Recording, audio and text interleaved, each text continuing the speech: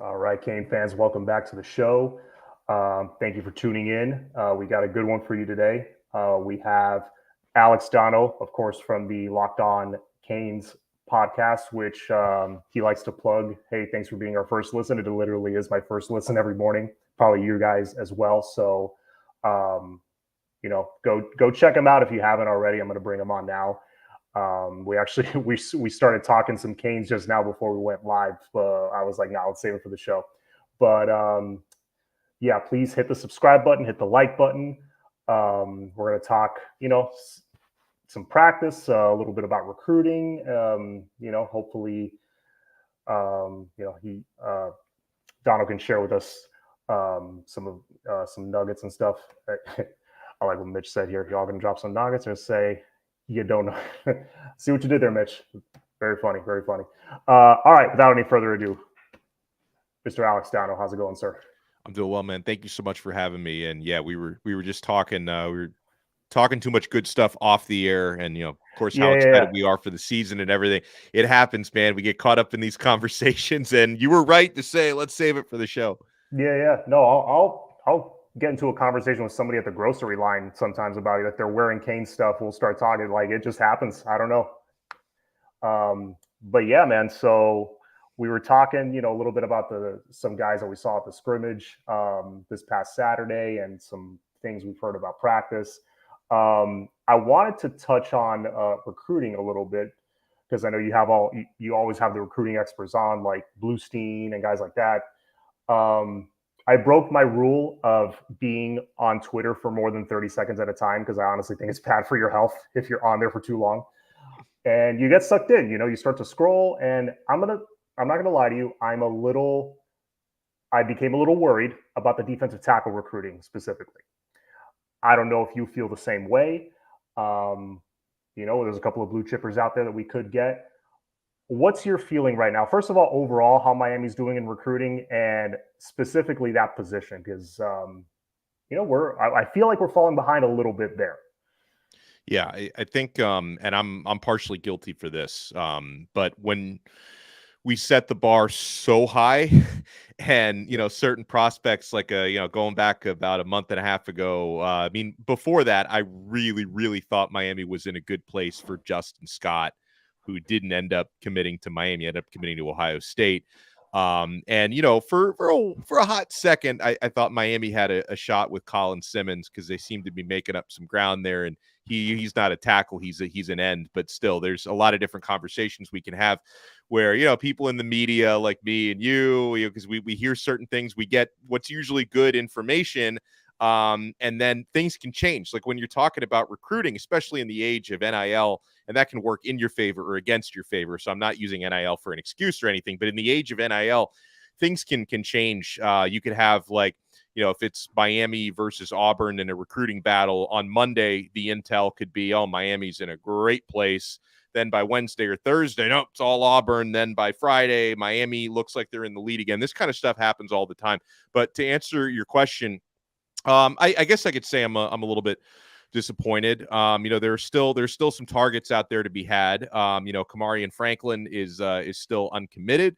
His commitment's going to come down on Saturday. And honestly, this is another one where I think this one could come down to the wire. I think for the better part of the last couple of weeks, Miami's definitely been playing from behind with Kamarian Franklin because Auburn has made a serious push. And they've been making a lot of noise in this cycle, especially on the defensive side of the football. So, however, I talk about how the buzz and the intel seems to change day to day. I know that there are maybe some positive feelings from a Miami standpoint about that. So we'll see how this one plays out. But there's no question about it, because before a lot of these Miami targets on the D line started committing, whether it be Miami like Lightfoot and Artavius Jones, or the guys that Miami missed on, before a lot of these guys started popping off the board, I was really buying into the hype and the idea that Miami could end up with possibly the best defensive line class in the country. That's probably not going to be in the cards now, but they could still finish with a great defensive line class, but they have to close some things out here. But as far as like the big picture, when you zoom out, in August, we got a long way to go until National Signing Day. And like, it feels like Miami is doing worse than they really are. And I think that's because so many fans get disappointed by how high the bar has been set, because Miami's sitting around 15th right now with a long way to go, which is not terrible. Obviously, I'd like to close higher than 15th by the time National Signing Day rolls around, but being number 15 class in the country in mid-August is honestly not a bad place to be. If you talk to a lot of our fans, makes you feel like we're in the 30s or the 40s, just with some of the disappointment out there. But again, I think it's because so many of us set the bar so high. And then another thing about it is that, I get the sense that for better or for worse, Miami is betting on themselves to have a much improved team this year. I'm not necessarily saying they got to win 10 or 11 games, but I think that their thought process is, if we go out there and we show dramatic improvements from last year, we're going to be able to close out on some of these guys and maybe even flip some of these guys during the season. And I think that's, they're gambling on themselves, and hopefully it plays out that way and it doesn't backfire, because, I don't think anybody was expecting them to go 5-7 last year. And I think that they're expecting to be a lot better this year. And yeah, 305 Sports Now, 1000% right. Yeah. And I've always thought this, people have said that, for Miami to be back, they got to turn the recruiting around and recruit more South Florida area. But it's like, well, they already recruit South Florida. It's like, and they've gotten maybe not top 5 classes. Yeah, that would be great if you stack some of those. But unless you're like Texas or Notre Dame, and you have a brand like that and the money that they have, I don't think you can land those guys consistently until you go out and win some ball games. You got to win a little bit. To do that, you got to develop the guys you do have, which we have sucked at for like 15, 20 years. We haven't developed like jack squat, in my opinion. Look at DJ Ivy right now, like balling out in practice. Like, I'm sorry, but he was not good here. I don't know. I don't care what anyone tells me. His measurables, fine, whatever. He did not play well here. I don't care what anyone tells me. And look what he's doing. But anyway, besides that, it's funny you mentioned Miami's betting on themselves. I think it's a calculated bet because they flipped half the roster. I would hope they improve.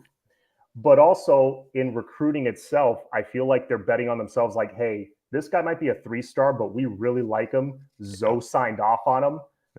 There's at least 3 or 4 of those 3 stars, Chris Wheatley, Humphrey being the biggest one, in my opinion, that should very, very much be a blue chipper. What are your feelings on that? Because I feel like this class, especially the under the radar guys that they kind of set the floor with, are going to be better than people think. Yeah.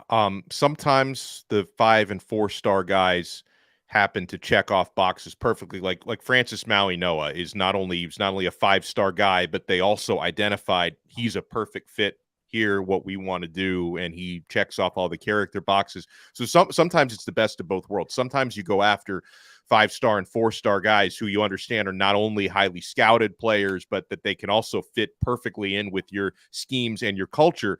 Other times, like you said, you may look at someone who, the recruiting nerds out there, have ranked a 3-star for whatever reason, whatever the criteria is. And sometimes it just comes down to certain players may come from smaller high schools or less scouted areas. Like I think a guy like Robert Stafford last year, who was a 4-star, but probably would have been even higher ranked if he didn't kind of live in the middle of nowhere. And Emory Williams, who is in Milton, Florida, which is not a highly scouted area, probably would have been a 4-star if more people went out to him. And that, like, when Alonzo Highsmith, Mario Cristobal, and the entire staff, obviously sometimes the evaluators get it right and the 5 stars usually are really the best players, but other times guys slip through the cracks. And so, when Cristobal and Highsmith and Mirabal are evaluating players, the first thing that they look at isn't, all right, we got to make sure this guy's got 5 stars and then we're going to give him an offer. He's a perfect fit.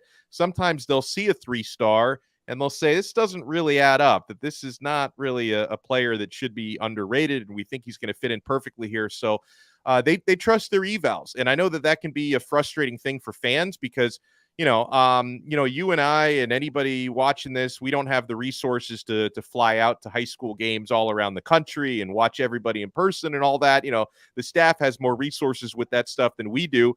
So all that we have are the 24/7s and the rivals and the on threes. And so, we start to get frustrated sometimes when another 3-star, like people, some fans try to call Mario 3-star Mario because of all these 3 stars. Oh, yeah, that's fine and good. But at a certain point, you kind of have to hope and trust the fact that Cristobal and Highsmith have a better idea of how the scouting should go than we do. And that sometimes certain high-level 3-star guys are going to fall through the cracks a little bit.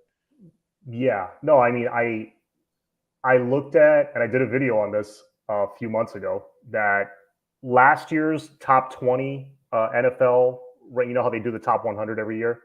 I looked at the top 20 for, I think it was last year, for 2022. And like half of them are 3 stars and below. Wow. So you'd be surprised. Like, Yeah. yes, a lot of, especially in recent years, because most 5 stars go to Bama, Georgia, Ohio State. Guess who's best at developing talent? Bama, Georgia, Ohio State. So of course they're going to crank out a ton of first rounders. I get that. I want as many 5 stars as possible. But Sauce Gardner was like the number 1,600 recruit in the country. He was barely even a 3-star. Wow. You know what I'm saying? Just to give you an example, like Pat Mahomes was a 3-star. So yeah, guys slip through the cracks for sure. But well, anyway. And it comes back to what you're saying, because when you talked about development, obviously this is a different staff, and they haven't, like, we can't really go and say this guy has been developed by Mario because it's only been a year and change since he got here.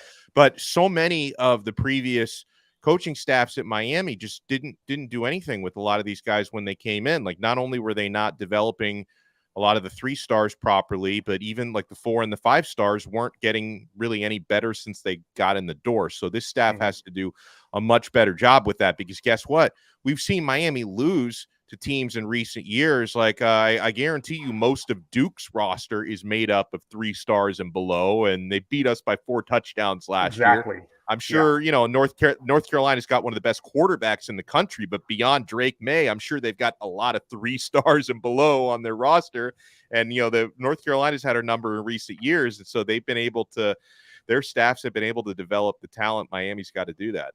Yeah. And you'll never win a national championship full of 3 stars. I agree with, I agree with that. You're going to have to get the blue chippers, and it takes money and all that stuff. But we should at least have been doing a lot more winning the last 15 years. And I think back, like the Randy Shannon era, the golden era, yes, they didn't develop. But now I'm thinking, man, how much did not having funding hurt them? Because now I look back and I'm like, man, I feel for them a little bit, because you hear the stories come out now of how bad it was before this influx of money. You feel for them, but we move on. Last question on the recruiting stuff, though. How much do you think the Ruiz factor is factoring into us maybe kind of struggling at certain positions like D tackle? Do you think it's making a difference, or it's just, coming off a 5-7 season is just that difficult? It's hard to quantify it, because I've been assured that Miami is still in good shape from an NIL standpoint. So it's not as if, like, I know a lot of the Gator fans and the Seminole fans be like, oh, they're completely broke now, because they don't understand that there's other sources beyond Ruiz, just because Ruiz is so much louder and more vocal than everyone else. So I'm led to believe they're still in very good shape from a war chest standpoint. But then I wonder, like, if Ruiz could still throw out money, how much better shape they would be. And that's one thing that it's hard to quantify that. But then I think the other part of it is, and I haven't really gotten any real confirmation as to whether this is happening or how much effect it's having. I can only assume that other coaching staffs are probably using the headlines as negative recruiting, right? That if a recruit who may be considering Miami is at, visiting with Florida State or Florida or Auburn or whoever, this just makes sense to me that staffs from these other schools would say, hey, you see this Miami Herald article about what's going on with the Life Wallet stock prices in the Miami New Times, and here's a clip of Billy Corbin, ranting and raving against this guy, that they're going to be using stuff like this as negative recruiting. That's just my assumption. I haven't heard any actual anecdotes of that happening. It seems too logical, because I know how negative recruiting works. So I think that's the big thing. And so, I know that there's some exciting stuff going on with the Canes Connection Collective, and that a lot of folks within the Miami NIL community are really stepping up, and they're kind of pivoting away from Ruiz. And I can also say on Ruiz's behalf, to my understanding, he's still paying out all the deals that he signed. Like he's not like defaulting on any NIL deals. I think this stuff with his Life Wallet stock prices is probably just like limiting his ability to cut new deals, but he's still honoring the deals that he has. And so it's just something that Miami has to work through. And there's still money coming in, but the bad press probably doesn't help. Right, absolutely. But and just to kind of round out the recruiting part, you got a few blue chippers announcing soon. Zaquan Patterson, I think David Stone's announcing soon. Cam Franklin's announcing soon, and maybe one or two other guys. I would love to see us at least land one of them. Like, give me one. That would be great. I understand we're coming off 5-7, but give me one, and let's use it as let's try to win on the field and see who we can flip. But putting that aside, moving on to the team currently, we are 15 days, I think, away from this. Yeah, 15 days away from the first game. I don't know about you. I'm kind of excited that it's a Friday night game. A lot of people were not happy about that. I think it's kind of different. I mean, the alternative would be a noon game on a Saturday, which in Miami, Labor Day weekend is like 1,000 million degrees, and that's going to cut into the crowd, and I don't want that. I went to that home opener in 2013 against FAU. I don't know if you remember. Stephen Morris and Duke Johnson were on the team. Dude, the crowd was hyped that night. I mean, you were probably there, I'm guessing. Yeah, I think I was. It's got to the point where like I can't even remember for sure which games I was at or wasn't, but I'm pretty sure I was credentialed that year, so I was probably there. Yeah, I remember I was sitting in the end zone, and like the second or third play, Perriman almost caught an interception. He would have walked into the end zone, and the crowd went nuts. And I'm like, man, takes me back to like watching high school football like on a Friday night. This is kind of cool. So I don't know. I think it's kind of cool. But that first game, Miami of Ohio, I'm starting to look at the opponents. We're a couple weeks away, and I'm like, Miami of Ohio's made bowl games the last few years. Like, part of me is like, look, they don't recruit the talent we recruit. We should take care of business. Then the other hand, it's like, please don't give me another Middle Tennessee performance. Like, I think we're going to be fine, but I'm a touch nervous. How are you starting to think about that first game already? Yeah, I think after what happened against Middle Tennessee, you can't not be nervous. After you have flashbacks to that, a game that not in a million years Miami should have lost, you can't take any opponent lightly. The situation was a little bit different because the Middle Tennessee game, which it's inexcusable. I don't want to make it sound like I'm making excuses for it, but the situation was they were, coming off a pretty emotional and physical performance against Texas A&M, and then they definitely were not focused for that Middle Tennessee game. So from where I sit, it's like, how can you not be focused for the season opener? So there's no excuse whatsoever to take Miami, Ohio lightly.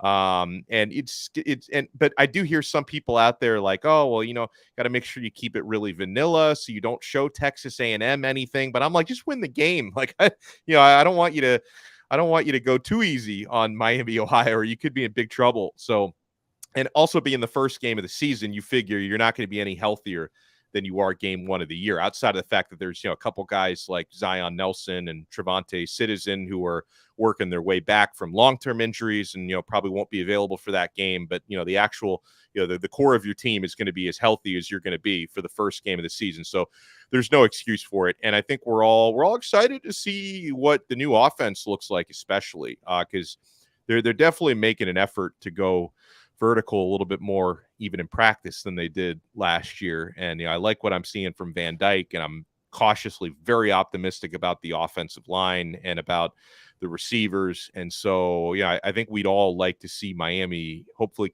Miami, Florida, that is, connect on a few deep balls in that game. Yeah.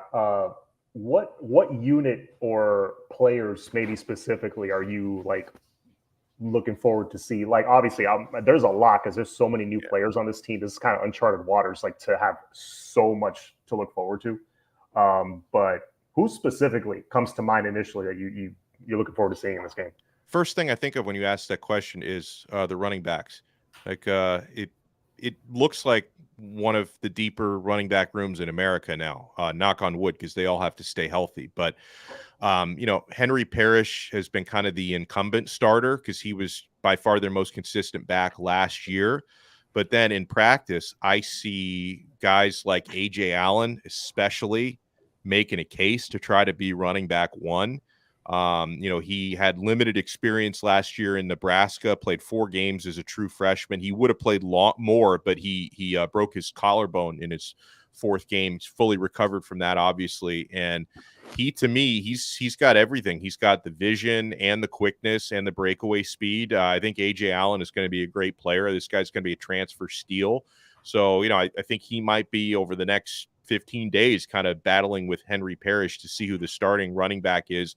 Mark Fletcher, it's only a matter of time, like whether it takes months or a year before Mark Fletcher is Miami's best back, because he's got everything, and he's got the blessing of size that none of the other backs have. I mean, except maybe for Trevante Citizen when he's healthy again. He's pretty big, but Mark Fletcher, even as a true freshman, he's not going to start, I don't think, but he's probably your best option in the red zone, like picking up short yardage, bulldozing people. I think he's going to score a lot of touchdowns this year. He got to the end zone twice in the scrimmage last week. Don Chaney looks really good coming off of his injury. I think Chris Johnson has been dealing with a minor injury in fall camp, I believe, but eventually he's going to be a home run hitter, because there's outside of maybe Tyler Harrell, there's nobody on the team faster than Chris Johnson. And then I've mentioned Citizen's name. Once he's healthy, he's going to be a factor as well. So they're absolutely loaded there. That's a big one. And another couple position groups I look at on the defensive side of the football, the linebacker room, I think, is really exciting, because the linebacker room got so much deeper. I'm not 100% sure that Wes Basaint is a week 1 starter. And that, I mean that as a compliment to the rest of these guys, because Basaint was incredible, last 4 or 5 games of last season, when he kind of entered the starting lineup as a true freshman. And, he really, really looked good. And now I see him, getting pushed a little bit by KJ Cloyd, who transferred in from Louisville. The two of them have kind of split the starting reps in practice from what I've been able to see. So I think there's a competition there. The guy who seems like who's been above competition right now is Francisco Kiko Maui-Noa, who transferred in from Washington State, the older brother of the incredible first-year offensive lineman. But the older brother, Kiko, it seems like he's been consistently holding down the starting middle linebacker job. I think he's going to be really good. I think the freshman linebackers are all really good. The guy who's been probably turning the most heads in practice is Popo Aguirre. So I think he's going to be a quality depth piece. And Corey Flagg is looking good in practice. I know that this is a guy, I think Miami fans give too much grief to Flagg, but I think he's had a really good past couple of weeks in practice. And, he's probably not going to start this year, but this is always going to be not only a solid depth option, but tremendous locker room guy, because he's an upperclassman, and Flagg sets, kind of like Cam Kinchins, he sets a great example for how to study and how to prepare for games. He's got the mind of a coach. Every time I get to talk to Flagg, I learned something about football. Like he makes me realize how little I know about football, because when he starts rattling off, reads and formations, I'm like, oh my God, it's like he's speaking another language. And his dad was his coach growing up, and I know he and his father do a lot of film sessions together. So I think the linebacker room is going to be exciting. And I talk a lot on Locked On Canes about the defensive backs, because that unit just looks so much bigger. Markeith Williams, it looks like he's added some size. The safety, James Williams, always looks like an Adonis. He's built at safety, and the cornerback room, Jadaeus Richard, Devontae Brown, Damari Brown, they all have really good size. They're 6'2" with great length. Robert Stafford is not as long as those other guys, but he's incredibly fast. I think he's going to be a great cover corner. So those are just, I could probably rattle on like every player down the roster, but these are some of the guys I'm really excited about in some of the position groups. Yeah, no, especially that linebacker group with all the youth. And that's a position specifically where I believe development and scouting has been a real issue overall with the program. Specifically linebacker, I think we're just not recruiting the right guys, in my opinion, until these last couple of years. Because I mean, Yeah. we've really Ever since the trio, when we had Quarterman, Pinckney, and McLeod, it's like I don't know, it took how many years to finally start properly recruiting 6 years, whatever it's been, to start recruiting yeah, linebackers properly again. and really the guys that Golden and D'Onofrio started building those relationships. Yeah. So it really was, you can't even really credit Manny Diaz 100% on those guys. No. But yeah, I mean, you have to go back to this group because of the amount of young guys and the just the sheer numbers. It reminds me of that 08 recruiting class that was, I think, ranked number 1 that Shannon brought in. In that class, see if we can remember these. We had Sean Spence, we had Arthur Brown, who unfortunately left. Yeah. You had Colin McCarthy was a sophomore, I think, that year. You had Ramon Buchanan, Marcus Robinson, a lot of like speed and athleticism. It reminds me of that group. But then you have veterans because they had no veterans in that squad. But Maui Goa, you got who else? KJ Cloyd, who you messed around and brought him in, and I was like, oh, he's the best guy. Oh, yeah. You can't be afraid to let the cream rise to the top. You know what I mean? Let them compete. But yeah, no, I'm very excited about that linebacker room for sure. Let's see. Poobie, great name, has a question. Would you guys like if TVD comes back next season? I'll let you answer that one. What would you think about that? I think I would, because I'm still not completely sold on Jakari Brown. And Emory Williams would still be really young in 2024. Now, if TVD does leave, I think he probably will, and you got to kind of say you hope he does, because if right. He has a really good year, I don't think he's coming back. So if he does come back, it's probably because he doesn't have a good year. So that's the way that I look at it. But if TVD does leave, then they'd probably go into the transfer portal to get a veteran. Unless and I hope he does, because I like Jakari a lot. He still has issues with his accuracy, but then the flip side of that is when you're watching scrimmages where they're not full tackling, they're just studding, you don't really get to see his running ability. So all you see is the passing, which he's still working on. Maybe he'll be a lot better at that at a year's time.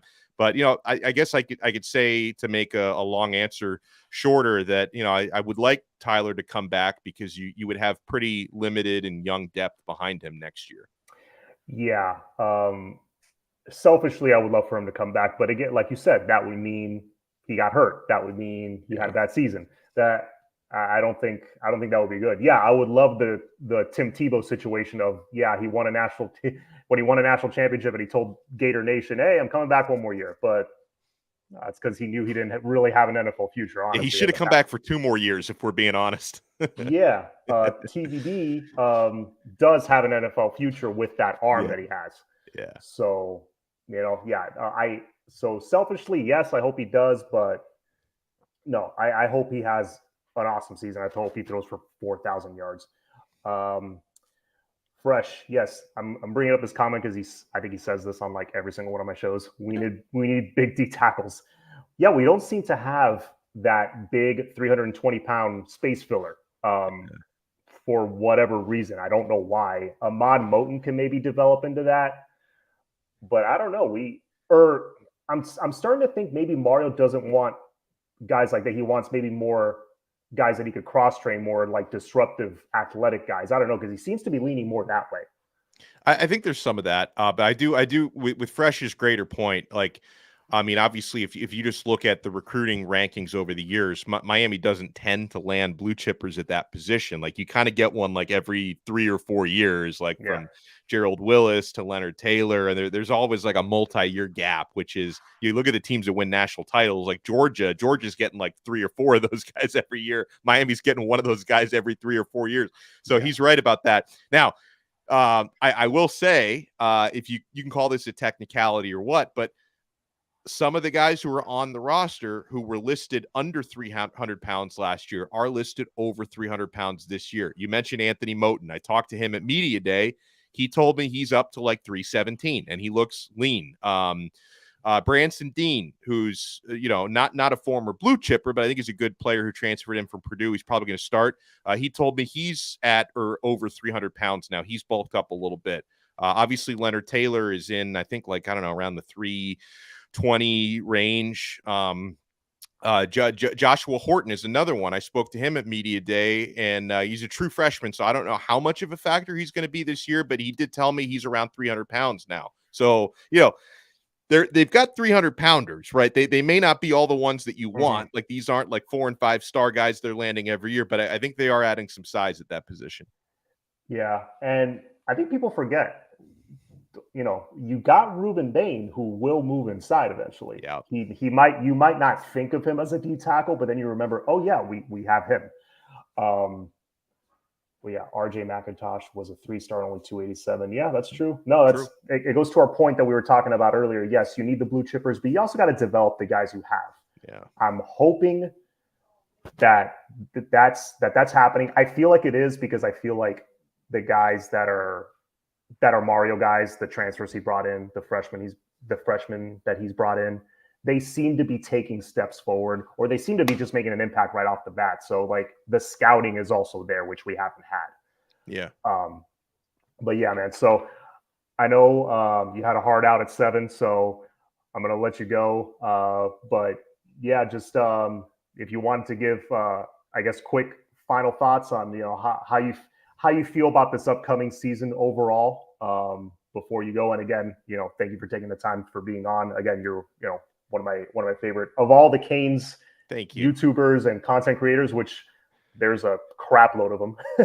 There's a lot of us. You're one of the top for sure. But before I let you go, so yeah, give your thoughts. Yeah, an overall thought. I haven't up to this point, so I'll drop this as an exclusive for your show, because I haven't to this point made an official win-loss prediction, but I'm going to say it now because I wrote one that's going to get published tomorrow morning. I had to. I basically had a gun to my head. I've got to make my prediction for allhurricanes.com, a website I write for. So I'm going to say 8-4. Maybe that's not good enough for some of you. I'm trying to be as realistic and conservative as I possibly can. And obviously 8-4 is a pretty hefty improvement from 5-7. I do think Miami's going to pull off an upset against Texas A&M week 2. I think they'll probably lose to Florida State, probably lose to Clemson, and then you're going to probably lose, in my opinion, one of those other tough games, whether it be North Carolina. God, I hope we beat them this year, but you're probably going to lose to either North Carolina or NC State.